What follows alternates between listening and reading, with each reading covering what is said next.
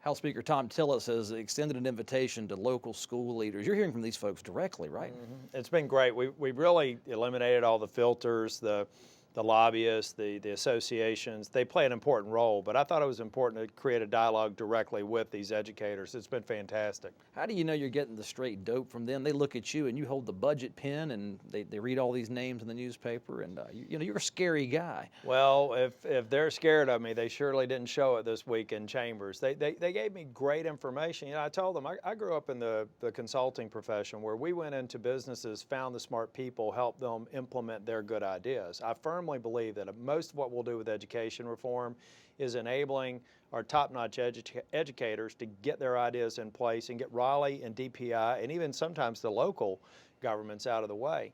And I think that sort of model is going to work. So this was the first step. It's building relationships, giving them a way to get to us when they see a bill filed, so they're immediately giving us our assessment of how it affects them, whether it adds value. I think it's just a feedback loop that's never existed. Who gives you the best feedback? Is it the teacher who's literally in the trenches right there with our kids? Is it the middle management principals or is it the superintendents? They give you very different feedback. The principal is the executive of the school, and they'll give you feedback that's somewhere between the teacher and the superintendent, as you would expect. The superintendent has this broad view. They have a view of what other school systems are doing across the state, across the nation. They have interest in best practices and seeing them applied. But the teachers are where the rubber meets the road. I mean, these are people who are out there every single day, scraping together supplies, working the extra hours, and helping the kids, and frankly, dealing with things that 10 years ago they weren't even have to deal with in terms of the support the child needs. 2 years ago when you took over power, the public education establishment really went after you because you're going for some reforms. Things seem to have cooled out since then. What are teachers feeding back to the legislature about the reforms you've made, what they've been able to do with sometimes less money, sometimes different rules? Well, I think a part of it was the credibility of people who opposed what we had to do with the budget, with the economic crisis in 2011. All of their predictions failed to come true. We have shortages of teachers in a number of places. We have graduation rates that are continuing to trend up. So all the things that those very vocal antagonistic groups predicted didn't happen. So now we at least have the credibility to say, come in here and be cooperative. Don't use a lot of rhetoric and gotcha tactics to get your agenda done. Let's talk about facts and let's focus on the teachers and the students. Looking at these charter schools coming online more and more of them are coming up. Are they threatening traditional public schools? I heard you weigh in on an early press conference saying maybe it's time to let the traditional school educators have some of this flexibility. They need that flexibility. I mean, why we would constrain our traditional K through 12 educators from having the kinds of flexibilities that charter schools have, to a point. Now, you have to understand that unlike traditional K through 12 schools, charter schools do not receive much in the way of federal funding. So there are limits as to what traditional schools can do that we can't remove because of the ties to the federal government, which is why ties to the federal government is a bad thing.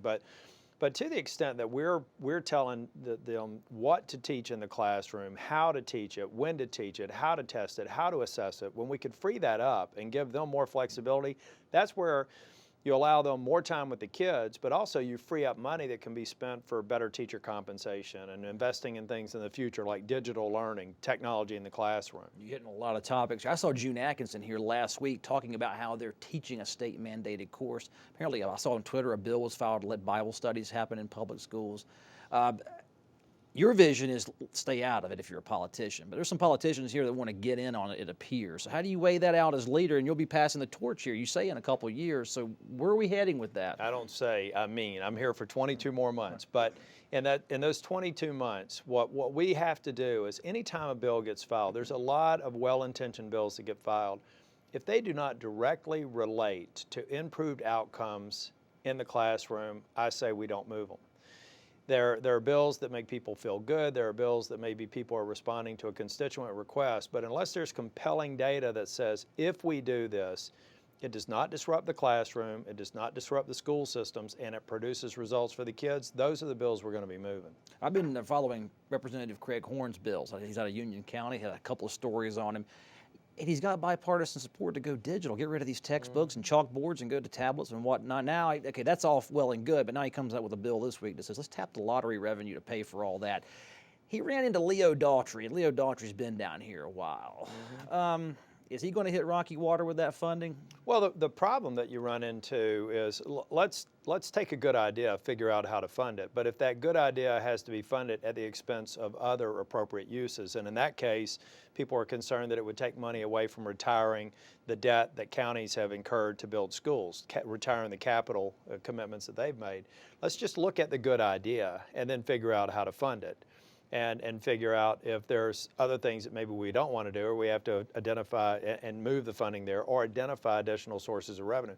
The thing that makes me most excited about the transition to digital, if you go to the Morrisville Graded School District, Mark Edwards has just been nominated, has just been elected National Superintendent of the Year for the work that they've done in Morrisville Graded School District. The use of technology is taking a lot of cost and complexity out of assessing kids and almost making it real time. So a teacher knows what child is just moving at whatever pace they can and what child really needs intervention and help. It's an enormously valuable tool that gets rid of a lot of the red tape and the overhead that teachers have now, just testing, preparing for tests, doing the assessments that do not add value in large part and take time away from helping these kids learn.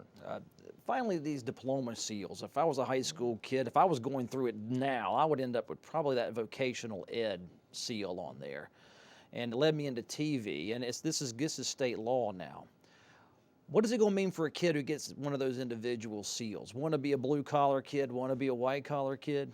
No, I don't think so. I think there's if you think about it, there are effectively three pathways that the seals would provide. One is to have that ninth grader and that 10th grader or 11th grader have some sense about how they can put their school to work, mainly to make sure that they graduate, but then make sure that they focus on things that their skills seem to lend themselves to.